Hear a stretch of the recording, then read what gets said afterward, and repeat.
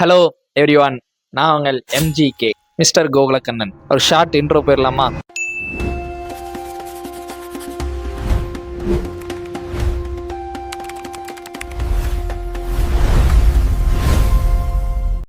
Intro எப்படி இருக்கு?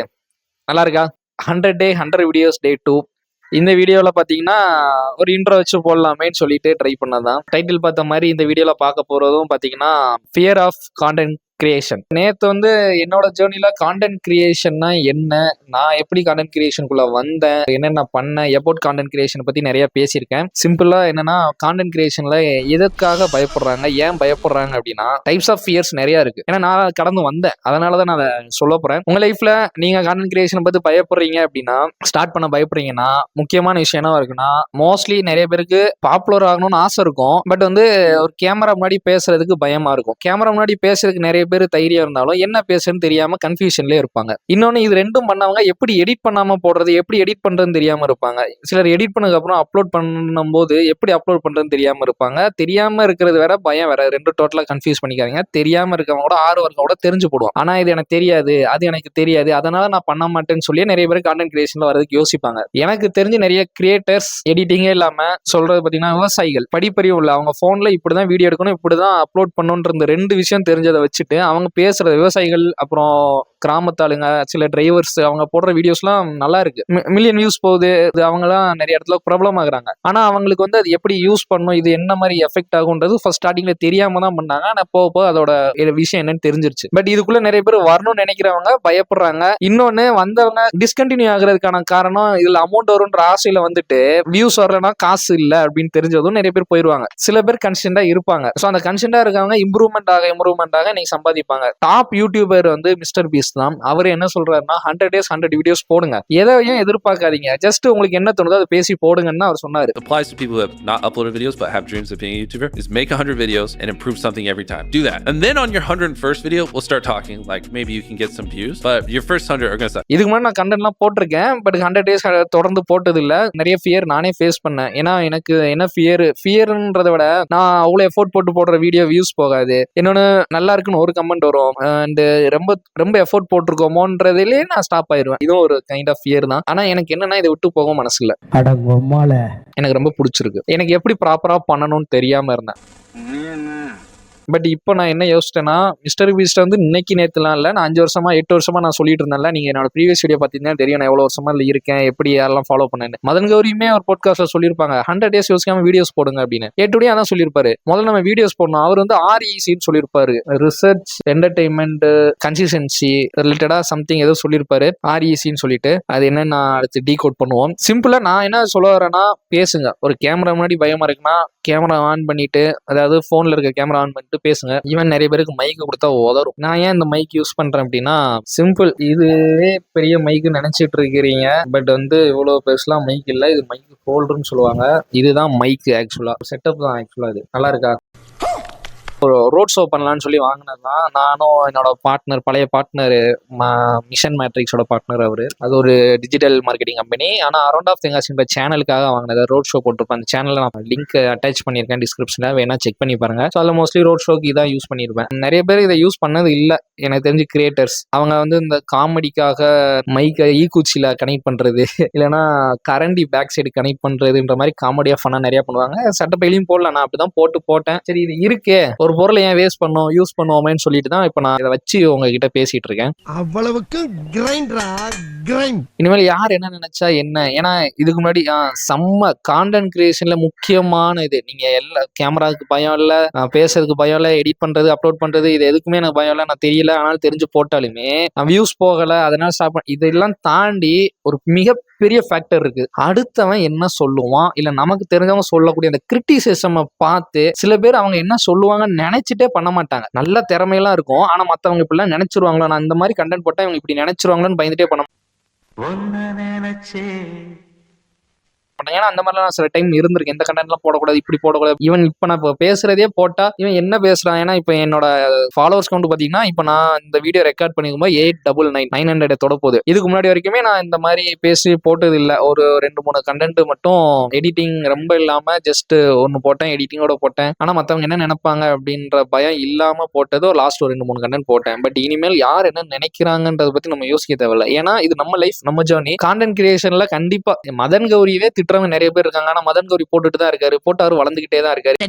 Note பண்ணுங்கப்பா பின்றாம்பா. ஏட்டுடி எல்லாம் பாராட்டுறாங்கன்னு நினைச்சாலும் திட்டுறவங்களும் இருக்காங்க. அப்புறம் காப்பி கமெண்ட் பண்றவனை பார்த்து பயப்படுறது. அண்ட் என்ன சொல்றது, நம்ம வீடியோவே இன்னொருத்தன் ரீமேக் பண்ணியிருப்பான், ஐ மீன் அதுல கழுவி ஊத்துவான், அதை பார்த்து பயப்படுறது. ஆனா அவங்க பயந்து அதுக்காக எவனுமே பண்ணாம இருப்பாங்க தெரியுமா? பண்ணாத யாரும் ஜெயிச்சது இல்ல, பண்ணவங்க தான் ஜெயிச்சிருக்காங்க. So fear overcome to fear. எப்படின்னா என் லைஃப்ல நான் வந்து நிறைய பார்த்துட்டேன். ஒவ்வொருத்தரும் ஒன்று சொல்லுவாங்க. ஈவன் நான் சொன்ன என்னோட பழைய பார்ட்னருன்ட்டு அவருமே நிறைய சொன்னார், இப்பெல்லாம் பேசாதீங்க பண்ணாதீங்க.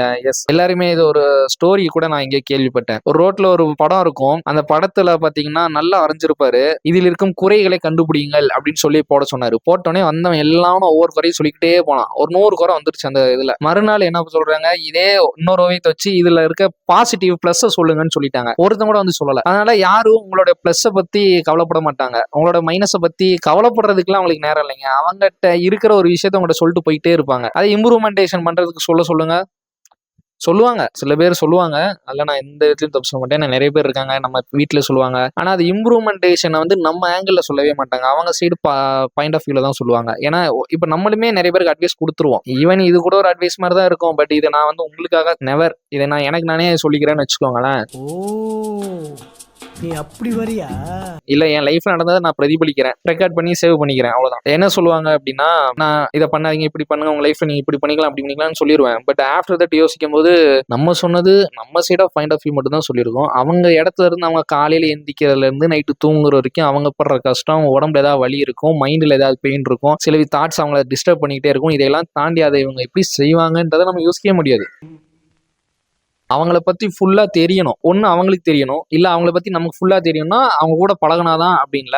சில பல கொஸ்டின்ஸ் கேட்கறதுனால மட்டுமே சைக்காலஜிக்கலா அவங்கள பத்தி தெரிஞ்சுக்கலாம். அதை வச்சுமே அவங்களுக்கு நம்ம ஆன்சர் சொல்லலாம். அதுதான் மென்டார்ஷிப்னு சொல்லிட்டு நிறைய பிசினஸ் ரன் ஆகிட்டு இருக்கு. நம்ம எப்படி நடக்கணும், நான் எப்படி செய்யணும், என்ன செய்யணும், இதெல்லாம் கண்டுபிடிக்க ஒரு டீம் இருக்கு, ஒரு மென்டார்ஸ் இருக்காங்க. அவங்கள ஃபாலோ பண்ணா எஸ் அது ஈஸியா அச்சீவ் பண்ணலாம். அவங்க கரெக்டா சொல்லுவாங்க. நம்மளை பத்தி நம்ம சில கொஸ்டின்ஸ் கேட்க முடியுமா, நம்மளை பார்க்குற முடியுமா, நம்ம செய்யறது மூலியமா, பேச முடியுமா, எல்லாத்த வச்சும் அவங்க ஒரு இதை வச்சு செய்யும் போது அதை நம்ம மாற்றும் போது கண்டிப்பா நம்ம லைஃப்ல ரிசல்ட் இருக்கும். மற்றவங்க சொல்றது நம்மளால ஏன் ஏத்துக்க முடியலன்னு பார்த்தா, அது நம்ம உடனே ஏத்துக்க முடியாது, இல்லை கொஞ்சம் நாள் கழிச்சு ஏத்துக்கிட்டாலும் நம்மளால அதை ஆக்ஷன் பண்ண முடியாது. ஏன்னா நம்ம எனர்ஜி நம்ம நிறைய வேஸ்ட் ஆஃப் தேவையில்லாத விஷயத்துல எனர்ஜியை வேஸ்ட் பண்ணிட்டு இருப்போம். நம்ம வந்து கண்டென்ட்டை பார்த்து பழகினவன் வந்து கிரியேட் பண்றது கொஞ்சம் கஷ்டம். கிரியேட் பண்ணணும்னு நினைக்கிறவனுக்கு சில விஷயங்கள்ல எனர்ஜி வேஸ்ட் ஆகும். ஈவன் நானே நிறைய எனர்ஜி எல்லாம் வேஸ்ட் பண்ணிட்டு இருந்தேன். என்ன சொல்றது, எனக்கு கன்சியூம் பண்ணியே நிறைய இருக்கும். இதை மாதிரி பண்ணலாம், இப்படி பண்ணலாம், மில்லியன் வியூஸ் கண்டென்ட் பார்த்து இதை மாதிரி பண்ணலாம், அப்படி பண்ணலாம்னு யோசிக்கிறதுல எனக்கு டோபமைன் ரிலீஸ் ஆயிரும் போல செய்ய மாட்டேன். செஞ்சேன்னா ரிசல்ட் பார்த்துட்டு கொஞ்சம் டவுன் ஆயிரும். இனிமேல் வந்து நான் என்ன பண்றேன், 100 வீடியோ எடுக்க போறேன், எடுத்துட்டு அதை அப்லோட் பண்ண போறேன், அவ்வளவுதான். இதை தான் நான் பண்ண போறேன். ரிசல்ட் நினைச்சு இனிமேல் யோசிக்க போறேன். ஏன்னா 0 சப்ஸ்கிரைபர் இருந்தாலும் நான் இது ஏன் பண்றேன்ற விஷயம் எனக்கு இப்ப தெரிஞ்சிருச்சு. நான் பண்றேன்,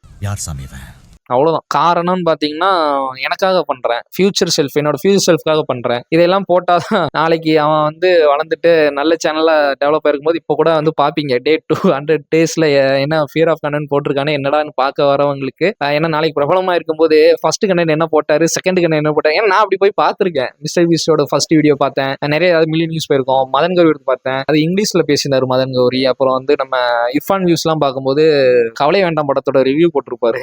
அவரோட பழைய வீடியோஸ் அந்த மாதிரி இருக்கும். இந்த மாதிரி ஃபர்ஸ்ட் வீடியோஸ், ஓல்டு வீடியோஸ் நம்ம போய் பார்ப்பலாம். அந்த மாதிரி யாராவது வந்து பார்ப்பீங்க, பார்த்து இது அவங்களுக்கு பயனுள்ளதா இருக்கும் நம்பிக்கை. உங்களுக்கு பயனுள்ளதா இருந்தாலும் நம்பிக்கை நல்லது, எனக்கு பயனுள்ளதா இருக்கும் நான் நம்புறேன். ஒரே ஒரு விஷயம் தான், நான் ஓப்பனா இருக்கணும். முதல்ல ஓப்பனானா யாருக்கு, உங்களுக்கா? இல்ல, நான் எனக்கு நானே ஓப்பனா இருக்கணும். நான் கான்டென்ட் கிரியேஷனுக்கு பண்ணக்கூடிய முக்கியமான அந்த எத்திக்ஸ்னு ஒன்று இருக்கு. நேத்துமே எத்திக்ஸ் பத்தி கொஞ்சம் பேசியிருப்பேன். பட் இன்னைக்கு சொல்றது ஓப்பன் ஹார்ட்டடா இருக்கணும். நிறைய பேர் வந்து வீடியோல பார்த்துட்டு ஒரு கமெண்ட் நான் ரொம்ப பாக்குறேன்னா, ஒரு வீடியோக்காக நடிக்கிறாரு. நெவர், யாரும் வீடியோக்காக நடிக்கிறவங்க இருக்காங்க. நானுமே இதுக்கு முன்னாடி வீடியோக்காக பேசினாலாம் இருக்கு.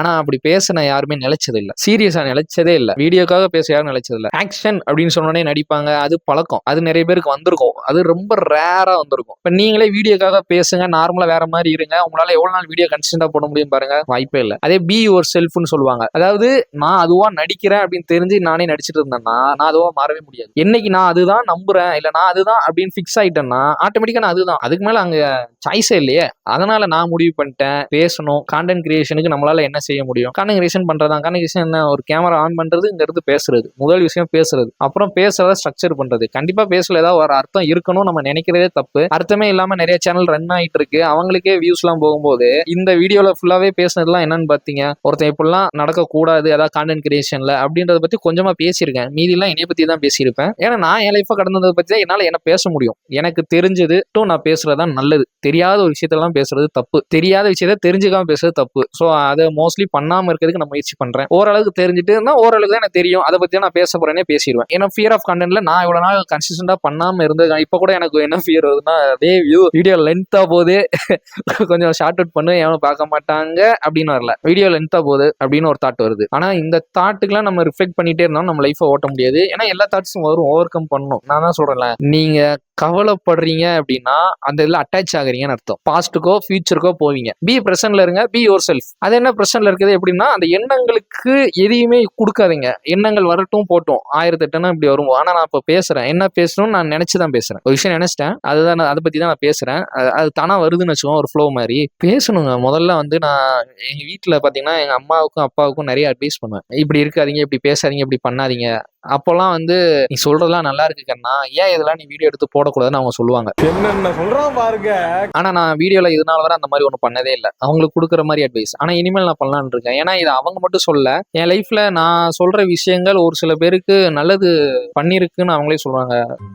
இருக்குமோ பிரதர் ஒருத்தர் வந்து ஃபாரினுக்கு ட்ரை பண்ணிட்டு இருந்தாரு. அப்போ வந்து இந்த மாதிரி ப்ரோ ஃபாரின் ட்ரை பண்ணிட்டு இருக்கும்போது சும்மா இல்லை, இங்க வேலை பார்த்துட்டு இருந்தாரு. ஆனா அந்த வேலையில வந்து அவருக்கு சர்டிபிகேஷனே இல்லை. இதுல என்ன ஃபியூச்சர் இருக்குன்றது, வெளிநாட்டுக்கு போனா நம்மளை சம்பாதிக்கலாம், குளிர் விட்டு போறதுக்கும் மனசு இல்லாம வெளிநாட்டுக்கு போறதுக்கும் முயற்சி வந்து ரொம்ப தீவிரமா பண்ணாமே இருந்த அவருக்கு வந்து நான் ஒரு விஷயம் சொன்னேன், ரொம்ப சிம்பிளா தான் சொன்னேன். ஏன்னா அந்த விஷயமே நான் எனக்கு ரீசெண்டா தான் தெரிஞ்சதுன்றதை வச்சு சொன்ன போது, தம்பி சூப்பர்ரா, இது யாருமே இந்த மாதிரி எனக்கு சொல்லவே இல்லை அப்படின்னு அவர் சொன்னாரு. அப்போதான் நான் ஐடென்டிஃபை பண்ணேன், ஓகே இது மூலியமா அவருக்கு ஒரு தெளிவு கிடைச்சிருக்குங்கும் போதே சந்தோஷம் தான். ஏன்னா நம்ம லைஃப்ல வந்து நம்ம நிறைய பேர் பண்ற, ஈவன் நான் என்னோட பிஃபோர் லைஃப்ல வந்து ஒரு தெளிவு இல்லை, இப்ப இருக்கிற தெளிவுல தான் இந்த வீடியோ மேக் பண்றேன்னு வச்சுக்கோங்களேன். இந்த தெளிவு எனக்கு முன்னாடியே இருந்துச்சுன்னா இது வந்திருக்காது. அதுக்காக இது இப்போதான் இருந்துச்சுன்னா, ஈவன் தான் நான் ஓப்பனா சொல்லிருக்கேன், நான் நிறைய புக்ஸ் படிச்சிருக்கேன். பட் இக்கிகை அப்படின்ற ஒரு புக்கை இப்போ படிச்சுட்டு இருக்கேன். நிறைய இதை பத்திலாம் நான் நிறைய அடுத்தடுத்த வீடியோஸ்ல பேசுவேன். பட் ஒரு சிம்பிள் ஷார்ட்ஸா சொல்லணும்னா, இக்கிகையை பத்தி நான் இப்ப படிக்கும் போது அதுல நிறைய எக்ஸாம்பிள் சொல்லியிருந்தாங்க. நம்ம வாழ்க்கை எதுக்காக வாழ்றோம், நம்ம வாழ்க்கையில எதுக்காக ஒரு வேலையை செய்யறோம், அதுல வந்து என்ன ரிசல்ட் எதிர்பார்க்கிறோம். அதாவது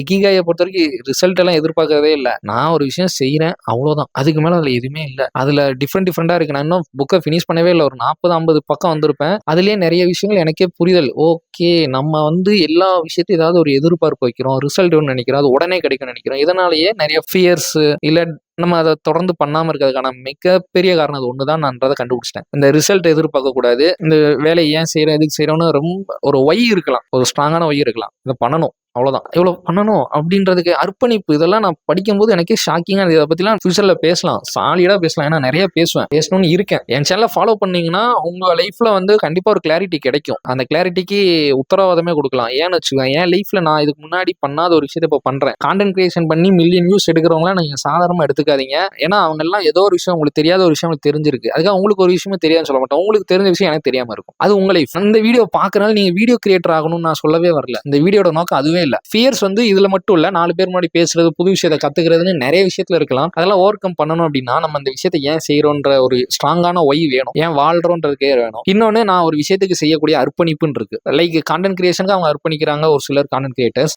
உங்க லைஃப்ல உங்களுக்கு ஒரு வேலை இருக்கும்ல, இது பாத்தீங்கன்னா எங்க யூஸ் ஆகும்னா, ஃபோக்கஸ் ஆன் ஒன் திங், ஒரு விஷயத்தை செய் அப்படின்னு சொல்லுவாங்க. ஆனா சில பேரோட மைண்ட் பாத்தீங்கன்னா மாறிக்கிட்டே இருக்கும், இந்த வேலை செய்யலாம் அந்த வேலை செய்யலாம். ஏன்னா ரிசல்ட் எதிர்பார்த்து நம்ம அதை சூஸ் பண்ணுவோம். நல்லா பாத்தீங்கன்னா உங்களுக்குள்ள ஆழ்ந்த விருப்பம் எதுல இடத்துல இருக்குன்றதை கண்டுபிடிக்காம வெளிப்புற சூழலும் அந்த அமௌண்ட்டை வச்சு நம்ம அதுக்கு உழைக்கலாம், எதனாலும் உழைச்சா நம்ம ஜெயிச்சிடலாம் நம்ம நினைப்போம். ஆனா எல்லாத்துலயும் நம்ம உழைப்பை போட முடியாது. ஒரு மனுஷனா நீங்க வந்து ஒரு வேலையை தான் செய்ய முடியும் அதிகபட்சம். ஒரே நேரத்துல 9 வேலை செய்யறவன் எவனும் இந்த உலகத்துல இல்ல. ஒரே நேரத்துல 9 வேலை செய்யறவன் 2 வேலை 3 வேலை செய்யலாம்.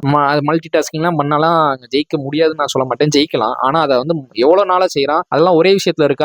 மல்டி டாஸ்கிங்ன்றதே நிறைய தவறா புரிஞ்சுக்கிட்டாங்க. நான் இங்க இருந்துட்டு பாட்டு கேட்டுக்கிட்டே வேலை பார்ப்பேன், இது பேர் ஒரு மல்டி டாஸ்கிங் சொல்லுவாங்க. ஒரு டேப்ல வீடியோ ஓடிட்டு இருக்கும், இன்னொரு டேப்ல பாட்டு பேக்ரவுண்ட்ல ஓடிட்டு இருக்கும், இங்க நான் இன்னொரு வேலையை செஞ்சுட்டு இருப்பேன் அப்படின்னு சொல்றது பேரு இது மல்டி டாஸ்கிங் கிடையாது. மல்டி டாஸ்கிங் அப்படின்றது என்னன்னா, நான் ஒரு நேரத்துல ஒரு விஷயம் தான் செய்யறேன், பட் ஒரு மணி நேரத்துக்கு 1 மணி நேரம் நான் வேற வேலை பாக்குறேன். ஆனா அந்த ஒரு வேலையில போக்கஸ்டா இருக்கேன் அப்படிங்கும்போது அவர் மல்டி டாஸ்கர், அவர் நிறைய வேலையை செய்வாரு. மல்டி டாஸ்கிங்க்குன்னா இப்போ மதன் கௌரி பாத்தீங்கன்னா மல்டி டாஸ்கர்னு சொல்லலாம். ஏன்னு வச்சுக்கோங்க, ஆனா அவர் கான்டென்ட் கிரியேட்டர் நீங்க நினைக்கிறீங்க, அவர் ஓவர் ஜர்னி கான்டென்ட் கிரியேட்டர். இப்போ ஒரு பிசினஸ் நடத்துறாரு, இன்வெஸ்ட் பண்றாரு, ஒரு இன்வெஸ்டர், பிசினஸ் பண்றாரு, business owner, digital marketing company ஒரு டிஜிட்டல் மார்க்கெட்டர். அதெல்லாம் அவர் தெரிஞ்சுக்காம பண்ண மாட்டாரு, அதெல்லாம் தெரிஞ்சுக்கிட்டு தான் பண்றாரு. அப்போ இவர் ஒரு மல்டி டாஸ்கர் தான். ஆனா எடுத்தோடனே ஒரு மல்டி டாஸ்கரா வரல. ஒரு கான்டென்ட் கிரியேஷனுக்கு வந்தாரு, அதுக்கு முன்னாடி படிச்சிருந்தாரு, ஐடில இருந்தாரு, அத்தனை எல்லாருமே ஒரு மல்டி டாஸ்கர் தான். ஆனா ஒரே நேரத்துல 3 வேலையை செஞ்ச யாருமே அந்த வேலையை உருப்படியா செஞ்சாங்கன்னு சொல்லவே முடியாது. ஸோ இக்கிகையில கூட நான் அதை படிச்சேன். நம்ம ஒரு செயலுக்கு எவ்வளவு கவனம் செலுத்துறோமோ அவ்வளவு ஆழமா அதை பத்தி புரிஞ்சுக்குவோம், அவ்வளோ அது அழகா வரும்னு சொல்றாங்க. ஈவன் ஒரு கேமராமேன் ஆகட்டும், மைக் ஆகட்டும், இப்போ இந்த கண்டென்ட்டுக்கு நம்ம வந்து எவ்வளவு கவனத்தை செலுத்தி பண்றோன்றதான் கவனம்ன்றதோட அந்த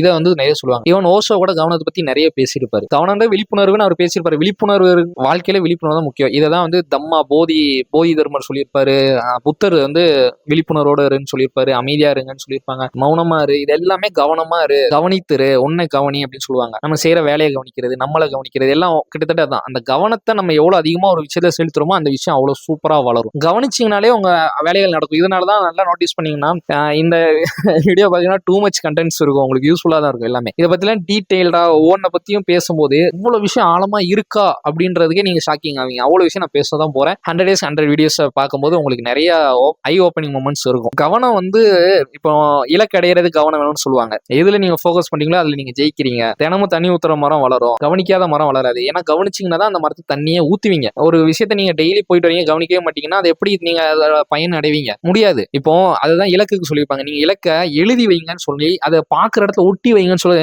டெய்லி பாப்பீங்க, பார்க்கும்போது கவனம் வருது அந்த இடத்துல. அப்போ இப்படி ஒரு இது இருக்குன்றதை நீங்க ரெகுலரைஸ் பண்ணுவீங்க. ஒரு நாள் நடக்காது, ஆனா ஒரு நாள் நீங்க பண்ணுவீங்க. இதெல்லாம் நிறைய மிராக்கிள்ஸ் இருக்கு என் லைஃப்ல. நான் கேட்ட ஸ்டோரிஸ்ல நிறைய இருக்கு. ஈவன் தோ நிறைய கிராண்ட் மாஸ்டர்ஸ், அதாவது ஒரு இல்ல ஜெயிச்சவங்க, அவங்களை சுத்தி அவங்க கவனம் சிதறாம இருக்கிறதுக்கு, ஒரே விஷயத்துல இருக்கிறதுக்கு அதை பத்தின பிக்சர்ஸோ வீடியோஸோ, அது பிக்சர்ஸ் ஒட்டி வச்சுப்பாங்க ரூம் ஃபுல்லா, கோல் செட்டிங், அதெல்லாம் டெய்லி இருந்துச்சு. அதை பார்க்கும்போது அவங்க கவனத்தை அதில் கொடுக்குறாங்க. அப்போ நான் இதை செய்யணும் அப்படின்னு. அப்போ மனசு ஆட்டோமேட்டிக்கா அதை செய்யும். நம்ம எல்லாம் கவனம் கொடுக்குறோமோ அது வளரும். இது 100% உண்மை. கவனத்தோட பவர் என்னன்றதை நம்ம பத்தி பேசுவோம், தனியா ஒரு வீடியோவே போடுறேன். ஸோ இந்த வீடியோல போதும், ஏன்னா இதுவே டூ மச்சா போயிட்டு இருக்கு. ஃபியர் ஆஃப் கான்டென்ட் கிரியேஷன் மட்டும் இல்ல, ஃபியர் ஆஃப் எனிதிங். நீங்க வந்து கிரிட்டிசிசம்க்கு நீங்க ரொம்ப பயப்படுறதுக்கான வாய்ப்பு அதிகமா இருக்கு. ஸோ நீங்க அதுல இருந்து ஓவர் கம் பண்றதுக்கு சிம்பிள், 4 பேர் 4 விதமா பேசதான் செய்யும், அது இருக்கத்தான் செய்யும். ஆனா நீங்க அவங்களுக்காக வாழ போறீங்களா, உங்களுக்காக வாழ போறீங்களா? இந்த ஒரு கேள்விதான் உங்க லைஃப் பார்க்க போகுது. ஒரு பழமொழி, தாய் வயிற்றிலிருந்து பிறந்த பிள்ளைக்கு வாயும் வயிறு வேற வேறன்னு சொல்லுவாங்க. அதாவது ஒரே வயிற்றுல பிறந்தாலுமே தாயோட வயிற்றுல பிறந்த மகனுக்கும் தாய்க்கும் வாயும் வயிறும் வேறன்னு சொல்லுவாங்க. வாயும் வயிறுனா என்ன? அவன் பேசுற மாதிரியோ அவன் சுவைக்கிறதோ தாய்க்கும் ஒண்ணு போல இருக்காது. அவன் வயிற்றுல அவனோட அளவோ அம்மாவோட சாப்பிட்ற அளவோ வேற வேற. அம்மா அப்பா கூட வேற வேற தான். அதனால அவங்க சொல்றாங்கன்றக்காக உங்க வாழ்க்கை, ஏன்னா அவங்க வாழ்க்கையில அவங்களுக்கு அடிபட்டா அவங்க தான் அனுபவிப்பாங்க, உங்களுக்கு அடிபட்டா நீங்க தான் அனுபவிக்க போறீங்க. அப்போ அவங்க வாழ்க்கையை அவங்கவுங்க தான் அனுபவிக்க போறாங்க. எப்படி அனுபவிக்கணும்ன்றதை நீங்க முடிவு பண்ணுங்க. 4 பேர் சொல்றாங்கன்றக்காக வாழ்க்கையை மாத்தி முடிவு பண்ணணும்னா 4 பேருக்காக பண்ணாதீங்க. ஆனா ஒரு ஆளுக்கு 2 ஆளுக்கு நீங்க பண்ணலாம். அந்த 4 பேர் வந்து யாருன்னு பார்த்துட்டு பண்ணலாம். சுத்தி இருக்காங்களா, இல்ல நான் எங்க அப்பா அம்மாவுக்காக என் வாழ்க்கையை நான் அர்ப்பணிக்க போறேன்னா அவங்களுக்காக அர்ப்பணிச்சு அவங்க என்னென்ன கேட்கறாங்க, அவங்களுக்கு எது சந்தோஷமோ அதை பண்ணுங்க. என் மனைவிக்காக இல்ல என் ஹஸ்பண்டுக்காகன்னா அதை பண்ணுங்க, இல்ல உங்களுக்காகனா அதை பண்ணுங்க. ஆனா உங்க வாழ்க்கையை நீங்க தான் அனுபவிக்க போறீங்க. அது அந்த வாழ்க்கையோட கவனத்தை யாருக்கு கொடுக்க போறன்றதை நீங்க முடிவு பண்ணி அதுல போங்க. உங்க வாழ்க்கை கண்டிப்பா செழிப்பாகும். எதை பத்தியும் பயப்படாதீங்க. வாழ்க்கைன்றது ரொம்ப கடினம் அல்ல, ரொம்ப எளிமையானது. அதை புரிந்து கொள்ளும் வரை அது கடினமா தெரியும். புரிஞ்சதுக்கு அப்புறம் அவ்வளவுதானா அப்படின்னு இருக்கும். All the best. சப்ஸ்கிரைப் பண்ணிக்கோங்க. Thank you so much. அப்படியே இன்ட்ரோ எப்படி இருந்துச்சுன்னு கமெண்ட்ல போட்டுருங்க. வேற எந்த வீடியோ உங்களுக்கு பயனுள்ளதா இருந்தாலும் கமெண்ட் பண்ணுங்க. ஏன்னா நீங்க பண்ற அந்த கமெண்ட் கண்டிப்பா எனக்கு எங்கே யூஸ் ஆகுது. நீங்க பாத்திருக்கீங்கன்னா கமெண்ட் பண்ணீங்கன்னா எனக்கு நான் பாப்பேன்ல, கண்டிப்பா நானே கமெண்ட் பண்ணுவேன்.